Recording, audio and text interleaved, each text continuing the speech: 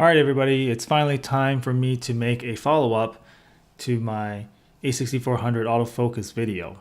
So a few weeks ago, I gave the a6400 to Charlotte and let her take it with her on a trip to North Carolina. I set the camera to program auto and had it on continuous autofocus, automatic eye autofocus, and face tracking, and basically left as many things auto as possible and just gave it to her and let her see how she could do.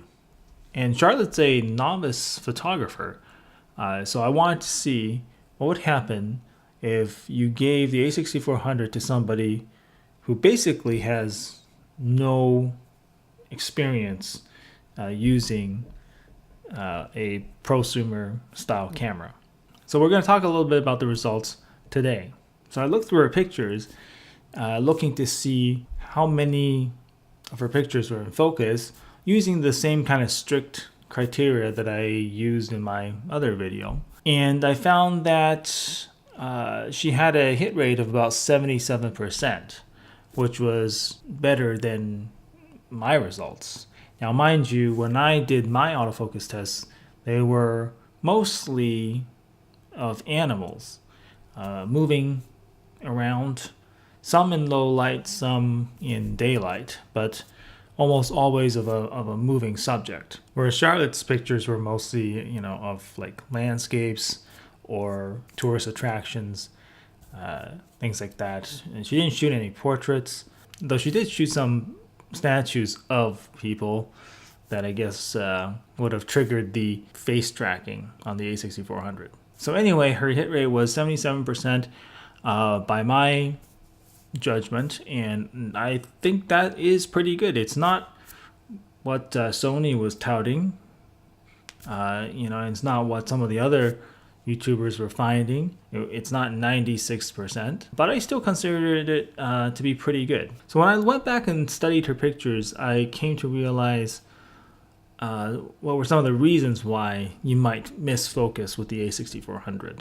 One of the cool things that you can do with the a6400 is when you're looking through your pictures, you can tell the camera to zoom in to the spot in the picture where the camera acquired focus. So when I did that with Charlotte's pictures, I started to see a trend. What I found was that the a6400 is very good at focusing on whatever it has chosen to focus on. However, what the camera chose to focus on may not necessarily be what you wanted it to focus on. So a key determinant of your hit rate and your success rate with autofocus will be how effective you are at communicating to the camera what you want it to focus on.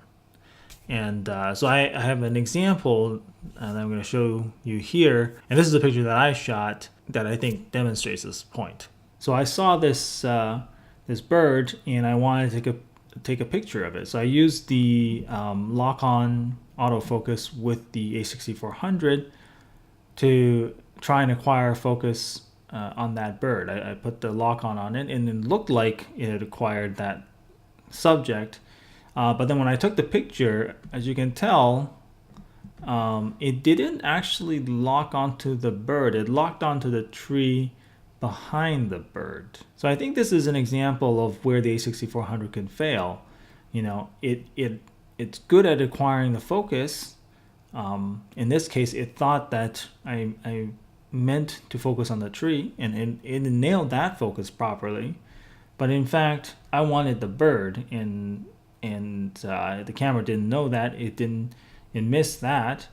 So this would count as a miss. So if you were a bit more effective in telling the camera what to focus on, you will have better success with autofocus. So in this case, I managed to get a decent shot of the bird rather than the trees behind the bird. So I found that pretty interesting. And when I went back and looked at Charlotte's pictures from North Carolina, I went back and look to see whether or not the camera chose the correct thing to focus on in her pictures. Now, of course, this requires some judgment call. I needed to look at the whole picture and make a guess as to kind of what she intended to focus on, and then compare it to what the camera actually focused on. So when I looked back at those pictures, what I found was that the camera actually picked the correct subject to focus on within the frame only 58% of the time. So an example would be if she wanted to focus on a statue, but the camera ended up focusing on something behind the statue. And what I generally found was that even though the camera didn't focus on the statue, it nailed focus on whatever was behind the statue, and that would count as a miss. So I have here an example. So this is a picture of a statue that Charlotte took a picture of down in North Carolina. Now, looking at this picture, you would obviously expect the camera to focus on the face, but when you zoom in, you can tell that the face is actually a little bit soft. And if you look at this picture in the camera and zoom in to where the camera acquired focus, I think in this particular shot it focused on like something down here, like maybe the sleeve. So this is a picture that I counted as a miss, but the camera actually acquired focus. It just didn't acquire focus on the correct thing. So this is another example. This is a pretty cluttered area, and there's no distinct subject for the camera to focus on.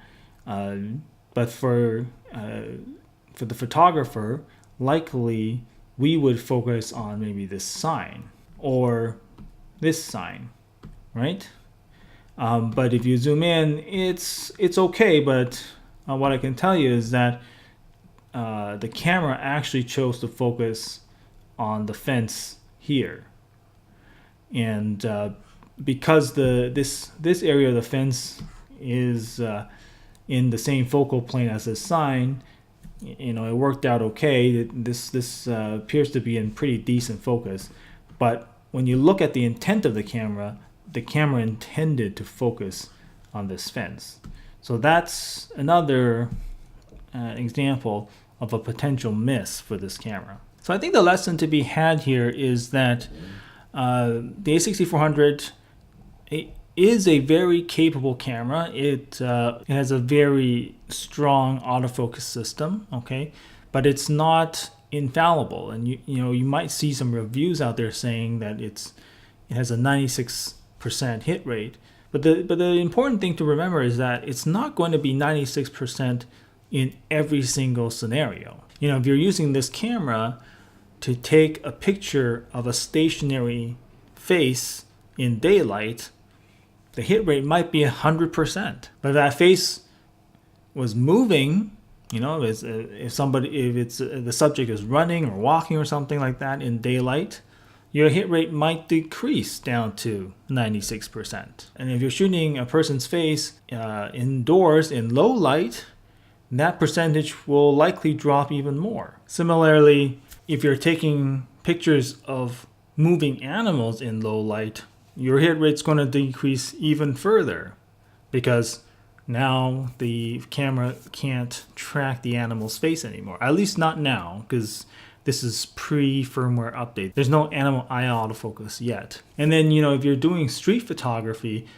and you're not taking pictures of any one standout subject, well then your hit rate might decrease even further, because the camera has absolutely no idea what you're intending to focus on. Like that picture of that cluttered backyard. What is it supposed to focus on? I don't know. I don't even know what Charlotte meant to focus on in that picture. So I was going to do a side-by-side autofocus test comparing the a6400 to my Alpha 65.